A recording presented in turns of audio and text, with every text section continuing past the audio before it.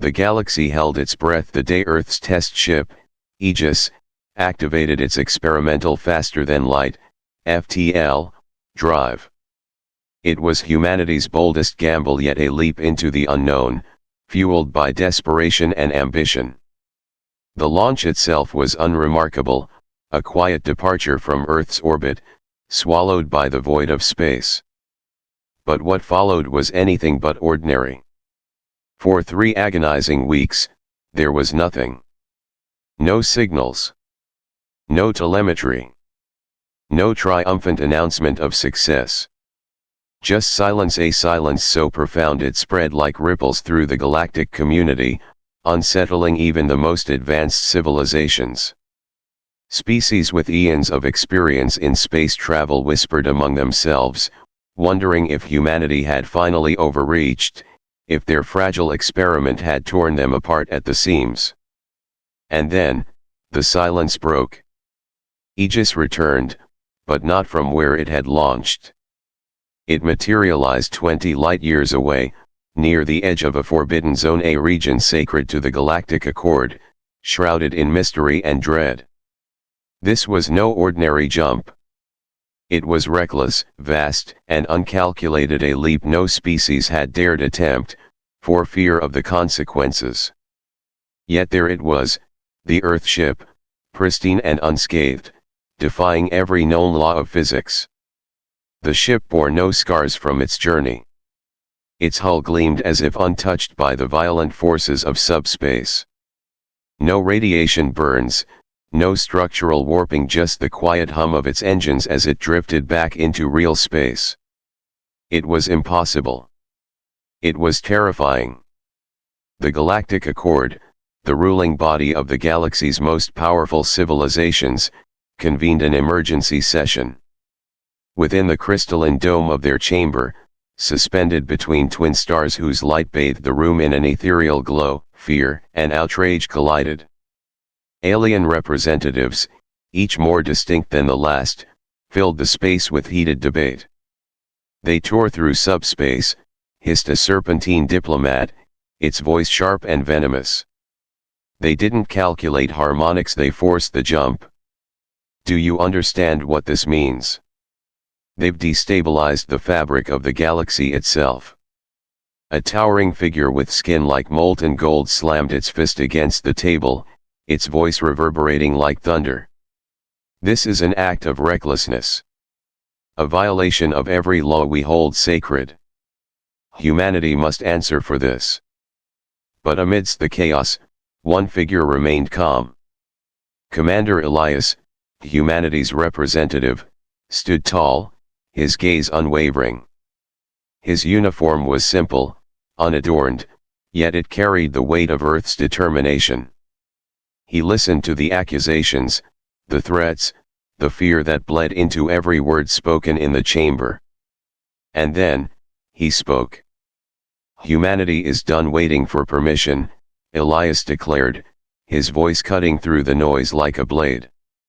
We crawled into the stars, earned every inch with fire and grit. We buried our dead in the cold void of space, fought for scraps of knowledge while you watched from your ivory towers. And now that we've leaped forward, you want to put us back in the cage. His words hung in the air, heavy and defiant. The alien representatives stared at him, some in shock, others in anger. But beneath their outrage lay something deeper: fear. The Accord's fear wasn't just about the FTL drive. It wasn't just about the Forbidden Zone or the laws humanity had broken. It was about humanity itself. For centuries, Earth had been the underdog, the fledgling species clawing its way into relevance. But now, they were something else entirely.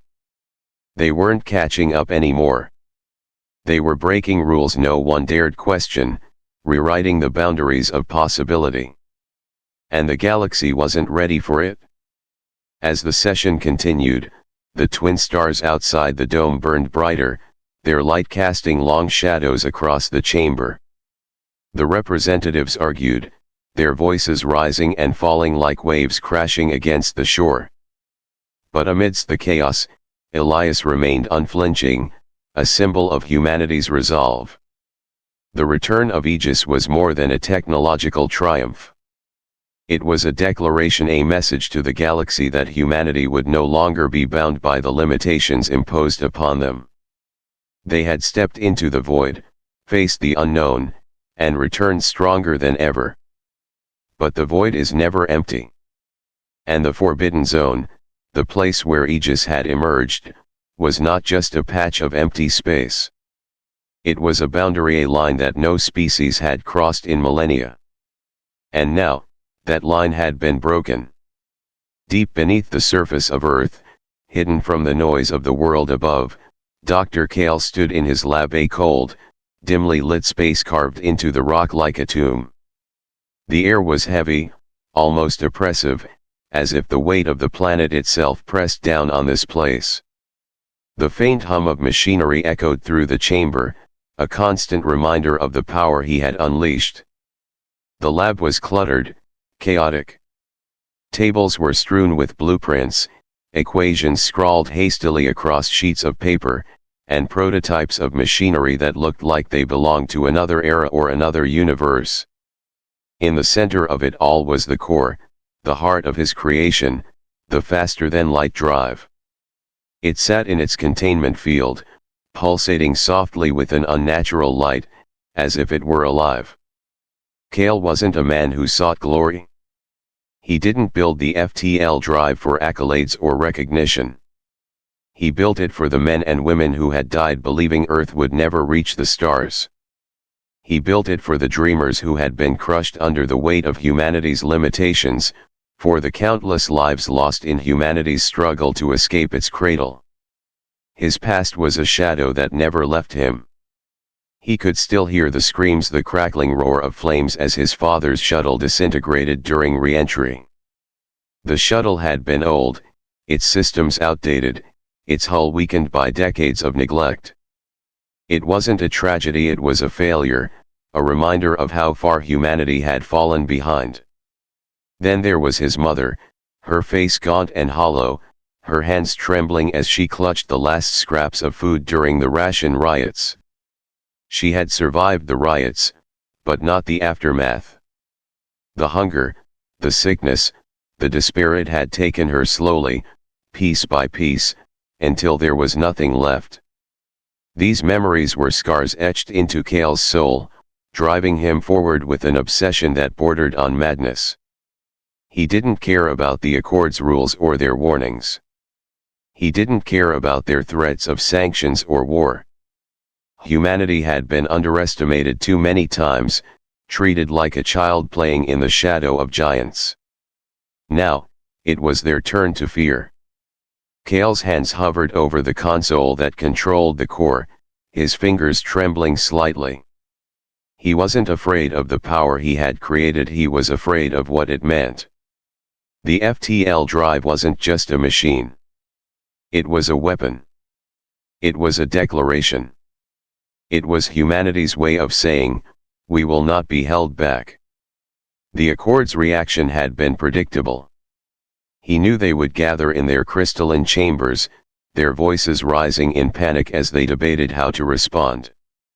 He knew they would call humanity reckless, dangerous, a threat to the galaxy's stability. But Kale didn't care. He had seen the way humanity was treated, ignored, dismissed, left to struggle in the dirt while other species thrived. He had watched as Earth's colonies fought for survival, scraping by with technology that was decades behind the rest of the galaxy. He had listened to the whispers, the condescension, the pity. But now, everything had changed. Kale stepped closer to the core, its light casting eerie shadows across his face. He could feel its energy, a pulsing rhythm that seemed to resonate with his own heartbeat. It was beautiful in a way that was almost terrifying, like staring into the eye of a storm. He thought of the men who had died believing Earth would never reach the stars. He thought of his father, his mother, the countless lives lost in humanity's struggle to escape its limitations. And he thought of the Accord, their fear, their anger, their desperation to contain what they didn't understand. "They don't fear the drive," Kale muttered to himself, his voice barely audible over the hum of the core. "They fear us. They fear what we've become." For centuries, humanity had been the underdog, the struggling species clawing its way into relevance. But now, they were something else entirely. They weren't just catching up, they were breaking the rules, rewriting the boundaries of possibility. Kale turned away from the core, his gaze shifting to the scattered blueprints on his desk. He knew the Accord would come for him. They would send their spies, their assassins, their fleets. They would try to destroy what he had created, to bury humanity's progress before it could spread. But Kale wasn't afraid. He had built the FTL drive in the darkness, fueled by tragedy and loss, driven by a vision of a future where humanity was no longer bound by its limitations. And now, that future was within reach. Let them come, Kale thought, his lips curling into a faint smile. Let them try to stop us. The hum of the core grew louder, its light intensifying as if responding to his thoughts. In the depths of his subterranean lab, surrounded by the chaos of his work, Kale stood alone, but he didn't feel alone. He felt the weight of humanity's dreams resting on his shoulders. And he felt the fire of their determination burning within him. The galaxy wasn't ready for what he had unleashed. But Kale didn't care. Humanity had waited long enough. In the cold, silent expanse of deep space, the Galactic Accord's intelligence teams worked tirelessly to unravel the mystery of Aegis's impossible journey. Their research stations, hidden in the shadows of dying stars and cloaked within nebulae, buzzed with activity. Alien analysts, each representing civilizations older and wiser than humanity, pored over data streams pulled from the forbidden zone where Aegis had reappeared. But the answers they sought refused to reveal themselves. On the surface, the ship's return seemed ordinary, its hull intact, its systems functional, its crew alive. Yet the deeper they dug, the more unsettling the truth became. There were no radiation burns, no signs of stress on the ship's structure, no decay signature from subspace travel. Every known law of physics suggested the ship should have been torn apart, scattered across the void as atoms and dreams. Instead, it had simply arrived. One analyst, a pale, insectoid creature with translucent wings, stared at the results in disbelief. Its clawed hands trembled as it ran the calculations again, hoping for an error, a flaw, something that could explain the impossible. But the numbers didn't change. "It's not a jump," the analyst whispered, its voice barely audible in the sterile quiet of the lab. "It's rewriting location." The words hung in the air like a specter, chilling everyone who heard them. This wasn't faster than light travel as the galaxy understood it. It wasn't bending space or slipping through subspace corridors. It was something far more dangerous. The Aegis hadn't traveled from one point to another. It had changed where it was, as if the universe itself had been rewritten to accommodate its presence. The implications were staggering. If humanity had truly mastered this technology, they could bypass every natural law that governed the galaxy's fragile balance. Borders would become meaningless. Distance would cease to exist. Entire civilizations could be erased or relocated with the push of a button. Fear gripped the Accord's leadership. In their crystalline chambers, where light refracted endlessly across alien forms, the representatives debated their next move. They weren't just angry, they were terrified. Humanity's FTL drive wasn't just a technological breakthrough. It was a weapon, a threat to the stability of the galaxy itself. "We cannot allow this to continue," growled a representative with skin like molten stone, its voice rumbling like distant thunder. "If humanity shares this technology, or worse, uses it against us, the consequences will be catastrophic. A serpentine diplomat coiled tightly around its pedestal, its scales shimmering in the starlight. They are reckless, it hissed. They don't understand what they've created. They will tear the galaxy apart if we don't stop them. But others hesitated. Humanity was unpredictable, yes, but they were also resourceful, determined, and fiercely independent. Any direct action against Earth could provoke a war the Accord wasn't sure they could win. It must be covered, said a shadowy figure, its form barely visible in the dim light. If we strike openly, they will retaliate. We must dismantle their technology before it spreads. The decision was made. The Accord authorized covert action against Earth. Their spies, assassins, and saboteurs would infiltrate humanity's ranks, seeking to destroy the FTL drive and erase all knowledge of its creation. In the depths of space, black ships slipped silently from hidden ports, their hulls cloaked in darkness, their engines whispering through the void. These were the Accord's shadows, the unseen hand that worked in secret to preserve the galaxy's balance. They carried no flags, no insignias, no traceable markings. Their mission was clear: infiltrate Earth, locate the FTL core, and ensure it was never used again. But even as they moved into position, doubt lingered in the minds of some. Humanity had always been underestimated, dismissed as a primitive species clinging to the edges of relevance. Yet time and again, they had defied expectations, surviving against odds that should have crushed them. What if the Accord's actions only made them stronger? The analysts continued their work, their fear growing with each discovery. The Aegis was more than a ship, it was a symbol of humanity's defiance, a declaration that they would not be bound by the galaxy's rules. And as the cover teams approached Earth, the shadows of doubt deepened. The galaxy had always believed itself to be the pinnacle of progress, the guardians of stability and order. But now, humanity had shown them something they couldn't understand, something they couldn't control.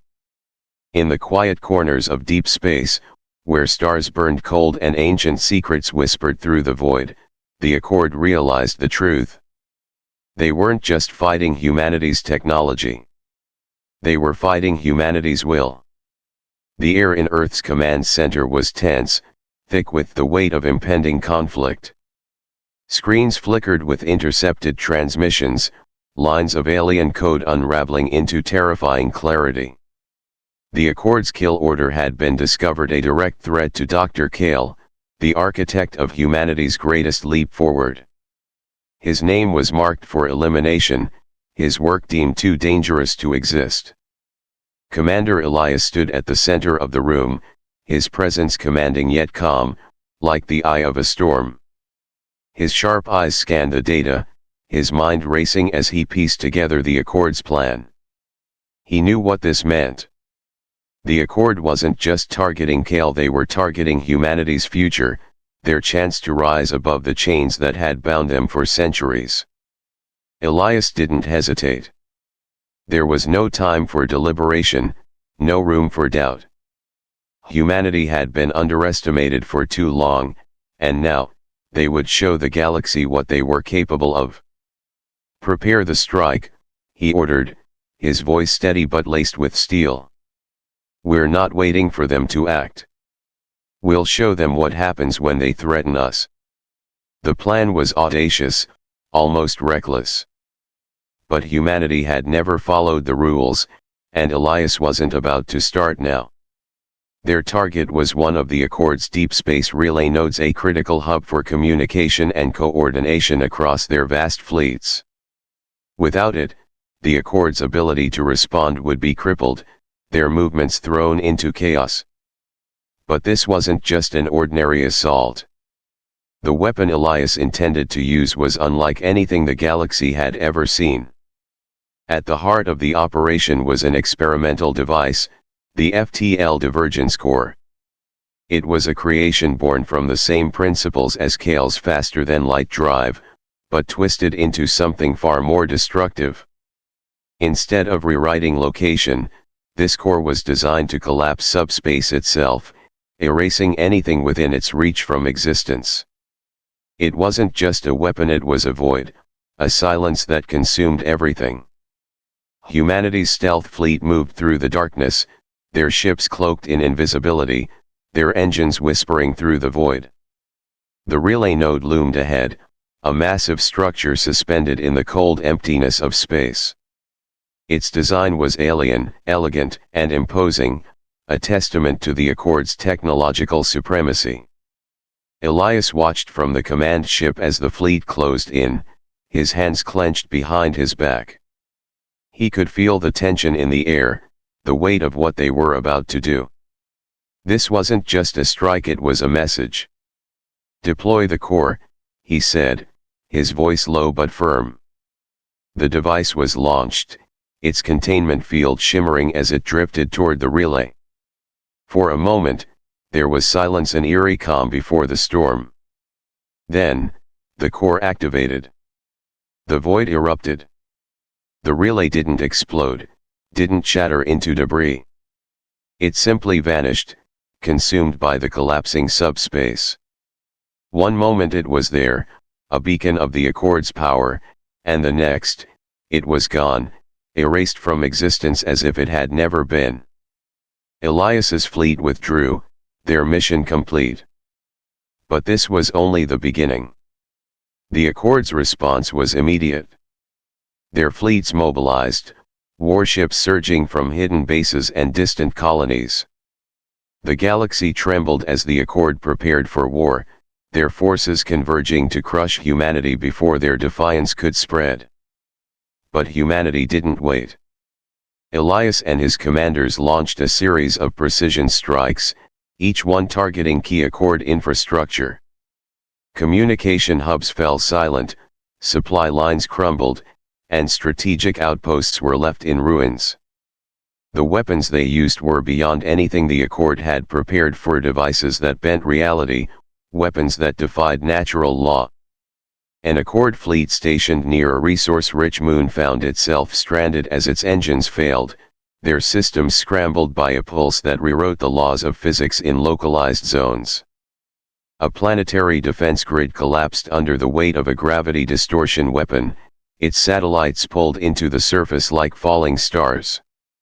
Humanity struck with surgical precision, their attacks calculated and devastating.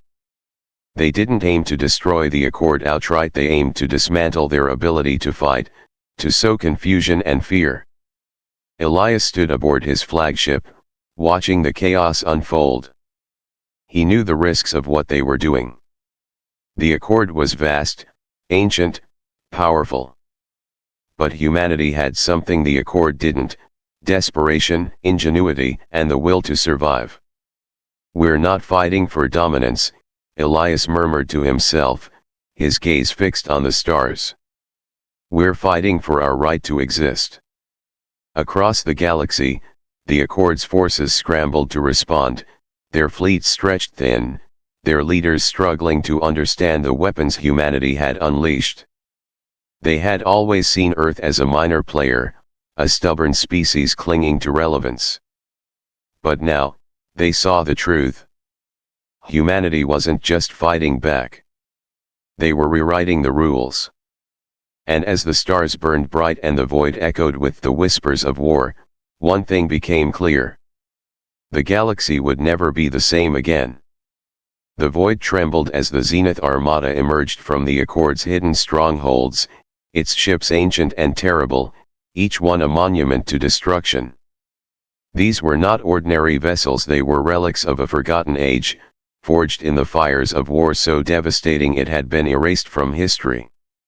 The Zenith Armada was the Accord's ultimate weapon, reserved for moments when diplomacy and covert action failed. 79 warships, each larger than cities, moved like a storm through folded space, their hulls gleaming with alien alloys that absorbed light and hope alike. They were designed for planetary domination, capable of reducing entire worlds to ash and silence. And now, their course was set straight for Earth. The Accord's leaders watched from their crystalline chambers, their forms shifting in the refracted light. They had underestimated humanity once, but this time, they would leave nothing to chance. The Zenith Armada was unstoppable, a force that had crushed rebellions and extinguished civilizations. Earth would be no different. But humanity had prepared for this moment. Deep beneath Earth's surface, hidden within fortified bunkers carved into bedrock, scientists and engineers gathered around a single device, the gravity lance. It was humanity's secret weapon, a system so experimental that even its creators feared its power.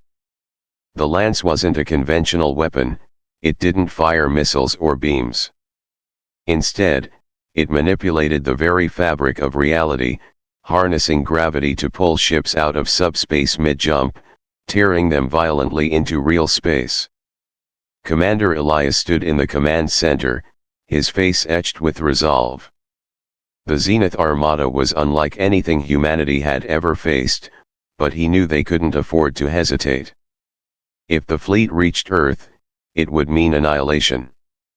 "Activate the lance," Elias ordered, his voice steady despite the weight of the decision. "Target the lead ship." The lead vessel was the Obsidian Fang, the flagship of the Zenith Armada. It was a monstrosity, its hull blacker than the void, its edges sharp enough to cut the light. The ship radiated power, its engines folding space effortlessly as it led the fleet toward Earth. The gravity lance hummed to life, its systems straining as they locked onto the Obsidian Fang. The air in the command center seemed to grow heavier, as if the device's gravitational pull extended beyond its mechanisms. Scientists monitored the readings, their hands trembling as they adjusted the controls. Then, the lance fired. A ripple tore through the void, invisible yet undeniable. The Obsidian Fang shuddered as its jump corridor collapsed, the ship dragged violently into real space. For a moment, it seemed to hang there, disoriented and vulnerable, its engines screaming against the forces that had ripped it from subspace. Elias didn't hesitate. "Launch the warhead," he ordered, his voice cutting through the tension like a blade. The FTL implosion warhead streaked through the void, its containment field shimmering as it closed in on the Obsidian Fang. The ship's defenses activated, alien energy shields flaring to life, but it was too late. The warhead struck, and the flagship was consumed. The explosion wasn't fire or light, it was absence. The Obsidian Fang imploded, its mass collapsing inward until it vanished, leaving only a void where it had been. The shock wave rippled through the Zenith Armada, destabilizing nearby ships and throwing their formations into chaos. For the first time in centuries, the Accord's fleets felt fear. The Zenith Armada halted its advance, its ships hesitating as they recalculated their strategy. The Accord's commanders, beings who had ruled through intimidation and superiority, found themselves questioning their invincibility. Humanity had done the impossible. They had struck down the Obsidian Fang, the symbol of the Armada's power. On Earth, the command center erupted in cautious celebration. Scientists and soldiers exchanged glances, their relief tempered by the knowledge that the battle was far from over. Elias remained composed, his eyes fixed on the screens displaying the Zenith Armada's movements. "They'll regroup," he said, his voice quiet but firm. "This isn't over." But humanity had proven something that day, something the Accord couldn't ignore. They weren't just fighting for survival. They were fighting to show the galaxy that they wouldn't bow, wouldn't break, no matter the odds. The Zenith Armada lingered at the edge of Earth's reach, its ships casting long shadows across the stars. But they didn't advance. The fear that had gripped their commanders spread through their ranks, a silent acknowledgement that humanity was no longer a minor player in the galactic game. In the darkness of space, where the void whispered secrets and stars burned cold, the Accord realized the truth. Humanity wasn't just surviving. They were rising. The stars hung silent and cold as Lyra, the Accord's most ruthless operative, pieced together humanity's secret. She had always known Earth's rise to power was unnatural, their sudden mastery of faster-than-light travel suspiciously advanced for a species so young. But now, the truth lay bare before her, a truth that sent shivers through her core. Humanity's FTL technology wasn't entirely their creation. It was stolen. Years ago, Earth had ventured into a forbidden system, a place marked on galactic charts with warnings so ancient they had faded into myth. There, they had found the derelict satellite, a fragment of a forgotten era, drifting lifelessly in the void. Its surface was scarred, its edges jagged, as if it had been torn from something far greater.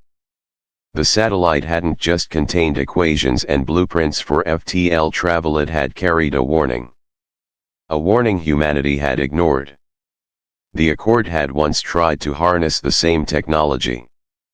They had sought to bend space and time to their will, to ascend beyond the limits of their own understanding.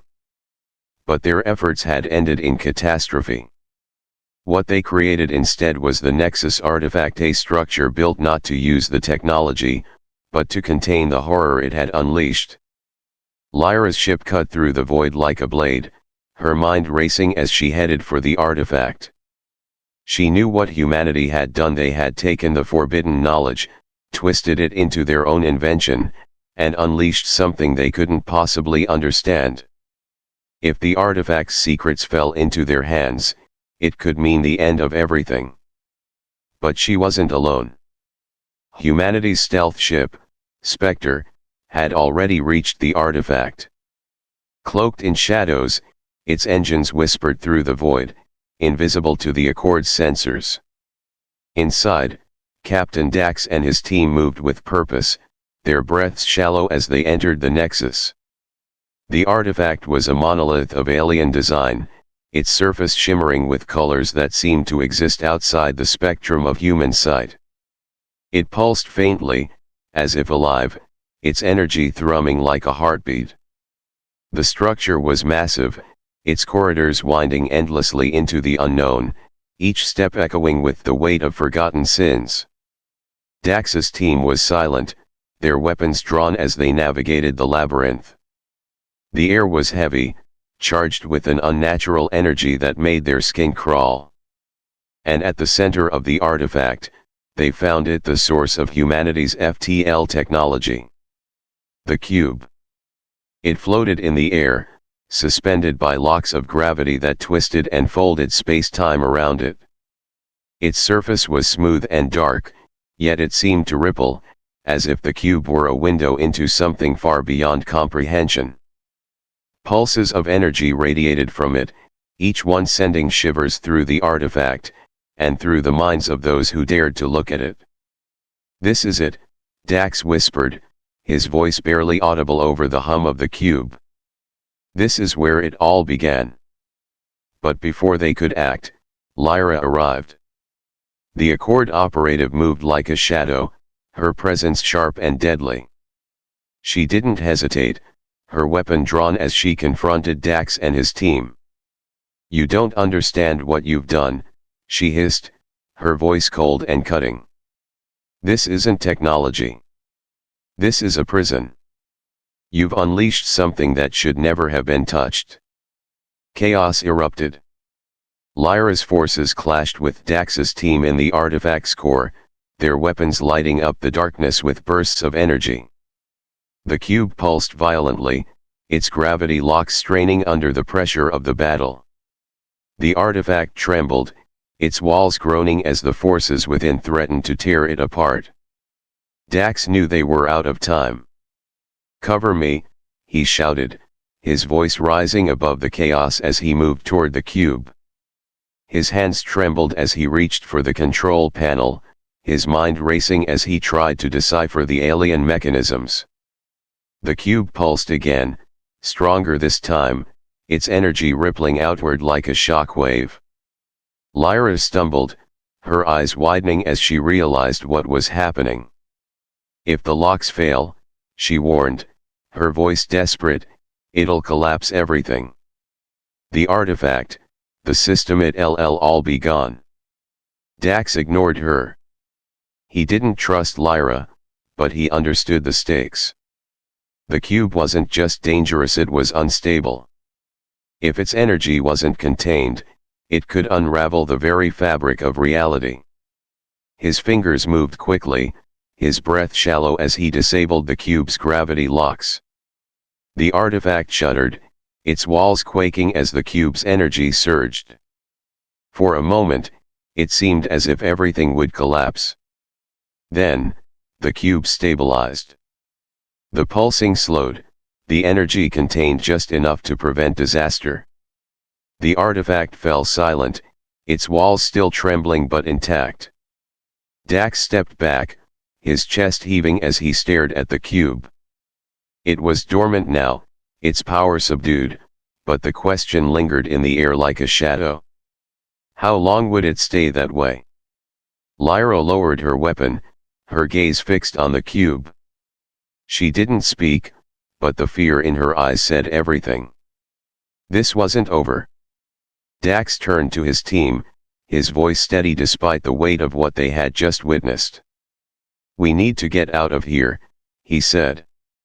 "And we need to make sure this stays contained."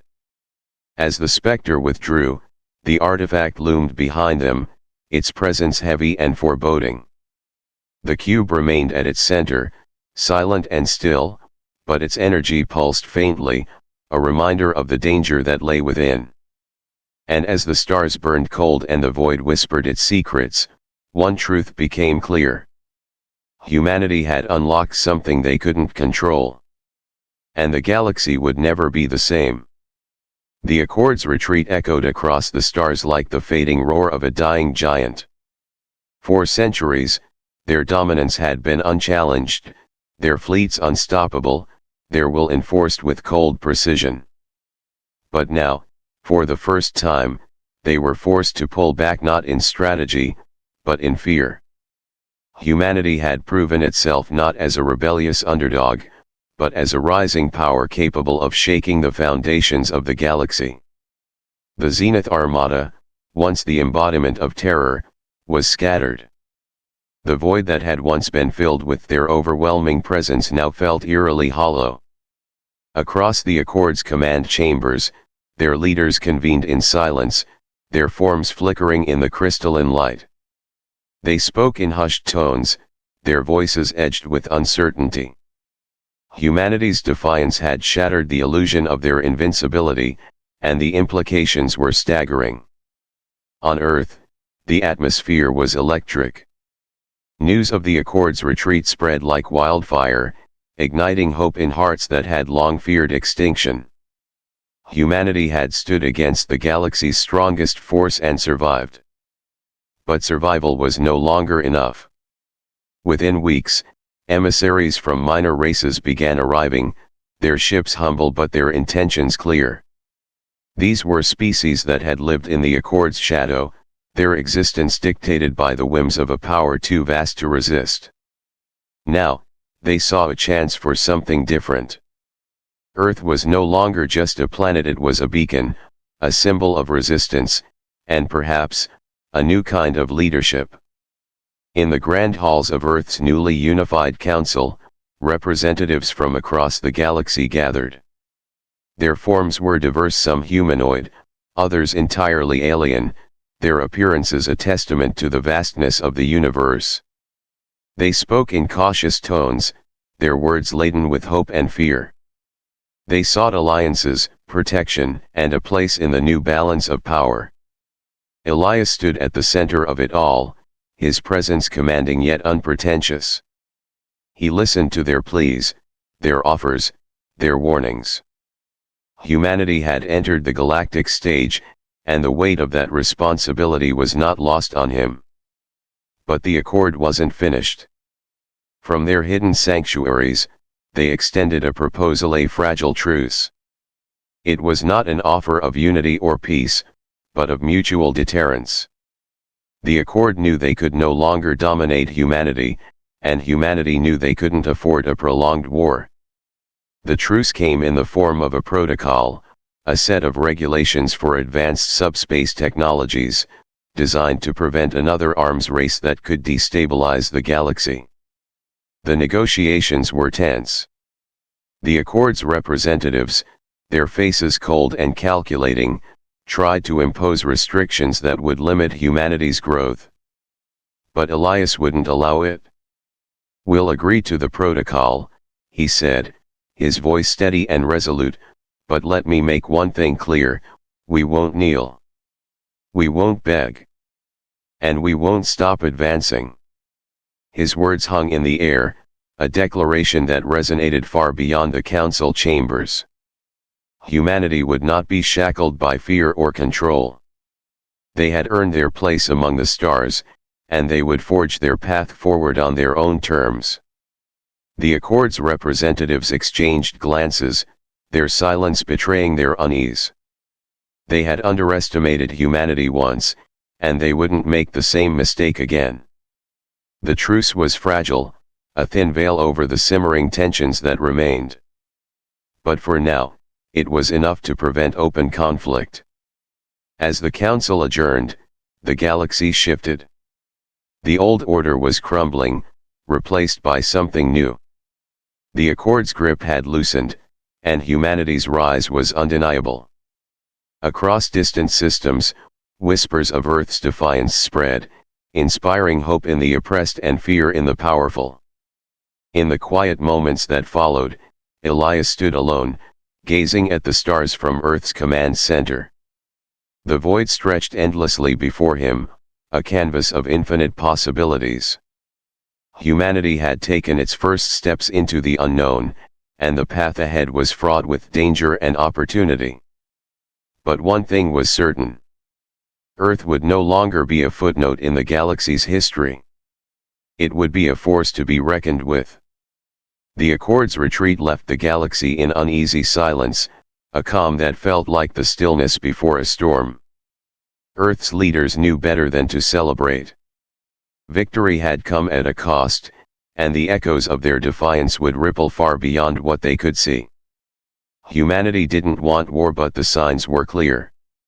War was coming. Preparations began in secret, cloaked in shadows to avoid provoking the fragile truce.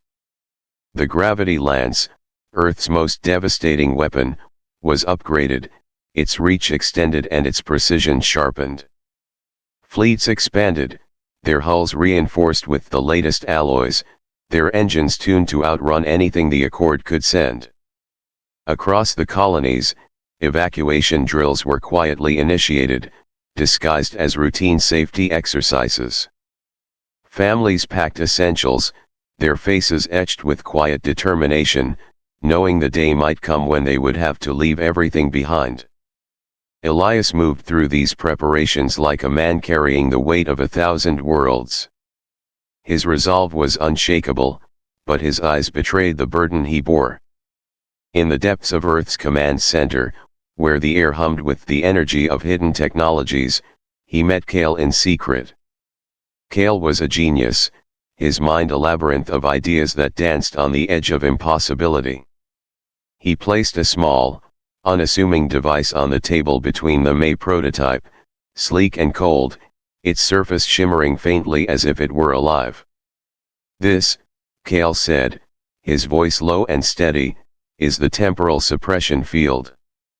It can pause the physics of an entire system for several seconds.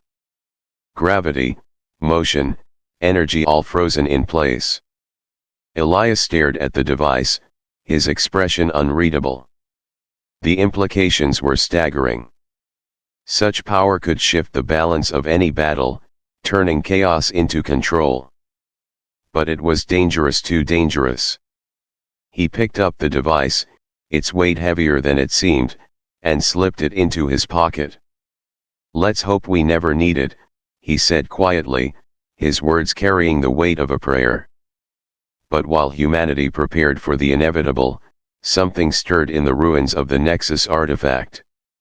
Deep within its labyrinthine corridors, where the air was thick with the residue of ancient power, a forgotten drone lay dormant.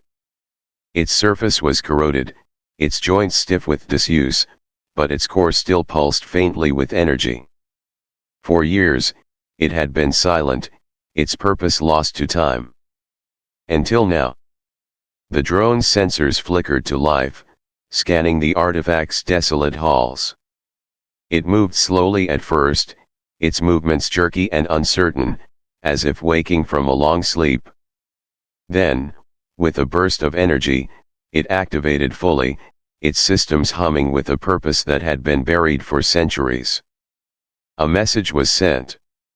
The signal cut through the void, bypassing Earth and the Accord entirely.